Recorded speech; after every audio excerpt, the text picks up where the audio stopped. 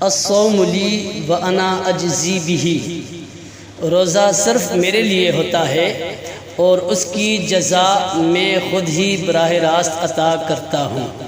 سامعین محترم،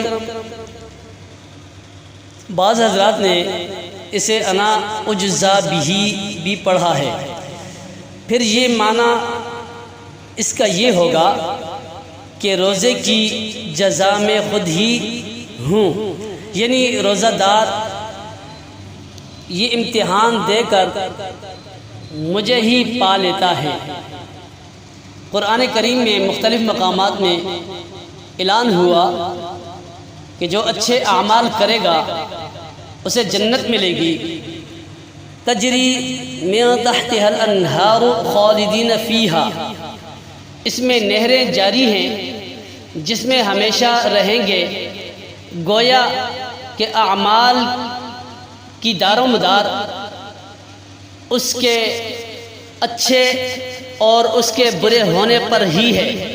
اچھے اعمال ہوں گے تو اس کے لیے جنت کی بشارت ہے، اسے جنت حاصل ہوتی ہے۔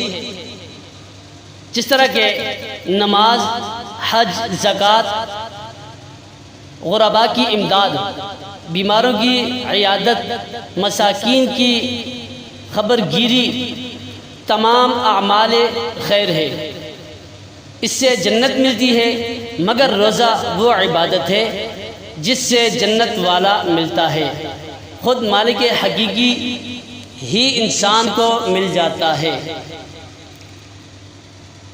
سامعین محترم، انسان کو ہر وقت رزق دینے والا خالق یہ امتحان لینا چاہتا ہے کہ سارا سال میری نعمتیں کھانے والے آیا صرف 30 دن ان کو میرے لیے چھوڑ بھی سکتے ہیں یا کہ نہیں۔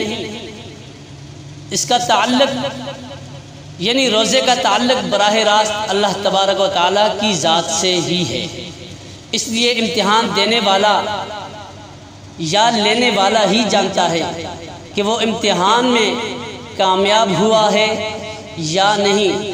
اس لیے اللہ تعالیٰ نے حدیث قدسی میں ارشاد فرمایا کہ الصوم لی وانا اجزی بہ، کہ روزہ صرف میرے لیے ہے اور اس کی جزا میں ہی دوں گا۔